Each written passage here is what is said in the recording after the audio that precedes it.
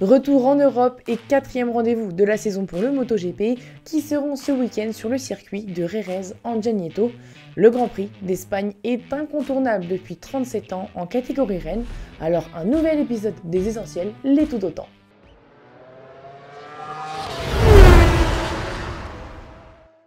Bonjour à toutes et à tous, j'espère que vous allez bien et vous l'avez compris, le championnat démarre sa tournée espagnole et ne trahit pas, ne manque pas à la règle en commençant par le sud de l'Espagne en Andalousie. Probablement l'un des épisodes de ce format que j'attendais le plus de cette saison, alors on commence sans plus attendre avec les caractéristiques du circuit de Jerez en Nieto.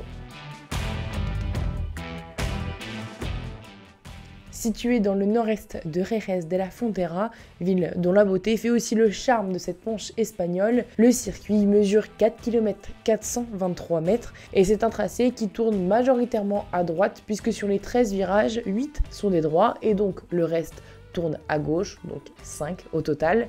Sa plus longue ligne droite mesure 607 mètres. Effectivement, c'est un peu court, mais ce n'est pas la plus courte du championnat puisque c'est la 3e derrière Misano et Assen. Un tracé sinueux, un peu comme tous les autres du championnat, qui mêle des portions rapides et des portions lentes, mais lui a la particularité, d'une part d'avoir des installations plutôt modernes, et d'autre part de mettre l'accent sur la sécurité. C'est simple, le circuit veut être le meilleur, et pour ça, il est souvent en travaux. En 2017, il y a eu un resurfaçage, en 2018, un resurfaçage. En 2023, il y a eu de gros changements, notamment au niveau du virage numéro 1, avec une zone de dégagement agrandie, mais aussi sur le virage Cito-Pons, et encore l'année prochaine sur le virage Dani Pedrosa, donc le numéro 6, qui sera aussi amélioré. Jerez veut être aussi une référence. Déjà, premièrement, beaucoup de championnats s'y déroulent, mais aussi des tests MotoGP. Pour 2023, ils ont eu lieu début avril, où l'on a pu voir Toprak Razgatlioglu monter une deuxième fois sur la M1. Et surtout rouler à 1 seconde 7 de Dani Pedrosa, on le sait, un circuit qu'il apprécie particulièrement, ou encore de Cal Crutchlow à peu près 7 dixièmes de lui. C'est intéressant, notamment quand on sait que le Turc convoite de plus en plus ce guidon en MotoGP. Un circuit idéal où de grandes courses s'y sont déroulées, et pourtant, pour 2024 et 2026, nous ne sommes pas sûrs de le voir au calendrier. Puisqu'avec plusieurs épreuves espagnoles, l'année dernière il y en avait 4, cette année plus que 3, et bien l'Adorna veut effectuer un roulement notamment avec l'arrivée de nouveaux circuits, et bien comme l'Inde ou encore le Kazakhstan. Encore faut-il que ces circuits soient prêts à accueillir le MotoGP puisque le Kazakhstan vient d'être annulé dans la semaine et ne sera pas remplacé. À voir quels seront les accords entre l'Adorna et le circuit de Jerez. Néanmoins, ce dont on peut être sûr pour ce week-end, c'est qu'il ne pleuvra pas. Bien au contraire, en Andalousie, il fait plutôt beau et chaud, comme ce week-end où le vendredi est annoncé quand même jusqu'à 35 degrés. Maintenant que vous êtes au point sur les informations de base du circuit, on passe à l'histoire. La ville de Jerez a toujours eu un lien avec la moto et déjà avant les années 80, des courses de moto étaient organisées et de grands pilotes étaient de passage, comme par exemple Angel Nieto qui a d'ailleurs pris le nom du circuit en 2018 en hommage à ce grand pilote qui est décédé un an plus tôt après son accident de la route qui lui a coûté la vie. La construction d'un circuit à Jerez n'est pas anodine, d'autant plus qu'à cette époque, dans les années 80, le marché espagnol suscite de plus en plus d'intérêt aux constructeurs japonais et nous sommes encore loin de l'époque où les Espagnols dominent la catégorie reine. Du moins en 250 cm3, ça commence à prendre forme. Inauguré en 1985, c'est en 1987, un an et demi plus tard, que le circuit de Jerez est introduit au calendrier du championnat du monde de motocyclisme. La première édition est remportée par Wayne Gardner en 500 cm3 sur sa Honda et d'ailleurs le pilote sera titré champion du monde cette même année. Cette course est un véritable succès et le public a répondu présent. Depuis, le tracé n'a pas loupé une seule étape, même pendant le Covid, et ça fait 37 ans. Il faut attendre 1995 pour voir un local de l'étape s'imposer, c'était Alberto Puig. Et l'année suivante restera gravée dans l'histoire du MotoGP. 1996, Alex Rivier est le grand favori pour cette course à domicile. C'est le coéquipier de Mick Doohan, mais aussi ce sont deux grands rivaux et particulièrement cette saison. L'Espagnol s'est emparé des commandes de la course au début de l'épreuve et soutenu par le public. Derrière, Mick Doohan revient sur lui en fin de course et exerce une certaine pression. Et à cette époque, deux camps se forment, ceux qui sont pour Krivellé et ceux qui sont pour Douane. Sauf que ce jour-là, le public donne de plus en plus de voix et s'échauffe de plus en plus pour soutenir son pilote, jusqu'à ce que certains franchissent les murets et se retrouvent au bord de la piste pour le dernier tour. Faute également au speaker qui a annoncé la fin de la course un tour plus tôt et également à l'organisation qui est débordée. Et en voici les conséquences sur les images qui donnent quelque chose d'inédit mais aussi surtout de très dangereux.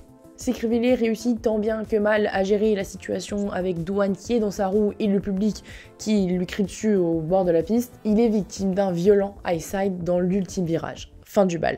Les chances de victoire chez lui face à son plus grand rival éteintes. Et Mick Douane ajoute une victoire de plus à son palmarès. Cette course est l'exemple même du spectacle auquel on peut assister à Jerez, qui met en avant les rivalités, des duels et des dépassements, par exemple entre Rossi et Lorenzo en 2008, 2009, 2010, le rattrapage fou de Marc Marquez la saison passée en 2022, les 4 victoires de Dani Pedrosa dont on a parlé juste avant, ou les débuts en Grand Prix du numéro 99 en 2002, Jorge Lorenzo, où on peut aussi parler de sa célébration en 2010. Après une course sensationnelle de sa part qui se traduit par une victoire, eh bien l'Espagnol avait prévu son coup en se jetant même, dans le lac artificiel du circuit, en cuir et avec le casque et les bottes aussi. Trop lourd avec tout cet équipement, les commissaires ont même dû aller aider Lorenzo à sortir de l'eau. Et plus récemment, en tant que Français, Jerez est assez symbolique, puisque c'est sur ce même tracé que pour la première fois dans l'ère du MotoGP, un Français remporte un Grand Prix. Vous savez très bien où je veux en venir et de qui je veux parler, Fabio Quartararo. C'était le 19 juillet 2020, après le confinement, à la reprise du championnat. Le numéro 20 était au-dessus des autres ce jour-là et a déclenché son compteur de victoires, pour rééditer d'ailleurs la semaine suivante lors du Grand Prix d'Andalousie sur le même circuit. Une victoire qu'il a célébrée à la Mbappé. Et avant de passer aux statistiques, je vous donne rendez-vous la semaine prochaine pour une interview avec Fabio Quartararo que j'ai réalisée la semaine dernière lors de la conférence du Grand Prix de France. 38, c'est le nombre d'éditions sur ce circuit. Il n'y a eu aucune absence. Le rendez-vous le plus ancien du championnat et la piste ayant accueilli le plus de grands prix consécutivement juste après Assen. Le pilote avec le plus de victoires à Jerez de la Frontera, c'est Valentino Rossi, soit 9 au total. 6 en MotoGP, une en 500, une en 250 et une en 125. Il a fait toutes les catégories, c'est simple. Honda est le constructeur avec le plus de victoires sur ce circuit, 22 au total, avec 10 victoires sur les 22 dernières courses disputées sur ce tracé. Une petite dernière avant les records du Tour, avec Jorge Lorenzo et Valentino Rossi qui ont exactement le même nombre de pole position, soit 5. Et est-ce que Fabio Quartararo pourra se joindre à cette égalité ce week-end? Actuellement, il a 4 pole positions à son actif sur ce tracé, mais avec les difficultés de la Yamaha dans cet exercice, ça semble un peu compliqué quand même. On enchaîne avec les records du Tour. Andrea Mignot a réalisé celui en Moto 3, c'était en 2021, en 1 minute 44 secondes et 998 millièmes. Pour le Moto 2, c'est Rémi Gardner la même année en 2021 qui l'a signé en 1 minute 40 secondes et 667 millièmes. Et pour le MotoGP, c'est le champion en titre Bagnaia qui l'a réalisé l'année dernière en 1 minute 36 secondes et 170 millièmes. Avant de se quitter, quelques actualités importantes à savoir avant ce début de week-end, comme Marc Marquez qui doit continuer sa convalescence et qui ne pourra pas disputer ce Grand Prix. Et il est remplacé par un ancien pilote MotoGP KTM et qui est maintenant en World Superbike, Iker Lecuona. Mais on retrouve Enea Bassini qui s'est cassé la clavicule lors de la première sprint de la saison après l'erreur de Luca Marini qui l'a envoyé au tapis. Après le contrôle médical de ce jeudi, le pilote italien est déclaré apte à prendre le départ de la course. Nous l'avons déjà évoqué, on aurait pu en parler, mais je pense que la vidéo est déjà assez longue comme ça, puisque Dani Pedrosa effectuera une wildcard pour KTM ce week-end à Jerez. Bien évidemment, il a bien choisi son circuit et l'Espagnol se dit intéressé par ce nouveau format avec les sprints, alors à voir son résultat. Merci d'avoir regardé cette vidéo et d'être au rendez-vous sous chacune d'entre elles. Rendez-vous samedi à 15 h pour la sprint et dimanche à 15 h pour le Grand Prix. N'hésite pas à me donner ton pronostic, bien sûr, comme d'habitude, sous cette vidéo, à la commenter, à la liker et à la repartager. On se donne rendez-vous aussi lundi dans le débrief d'After Sunday à 20h, mais aussi ce week-end dans le sud-ouest de la France, à Nogaro, où je présente la deuxième étape du FSBK. N'hésite pas à t'abonner à ma chaîne et à tous mes autres réseaux sociaux. Je te souhaite un bon Grand Prix et une bonne journée.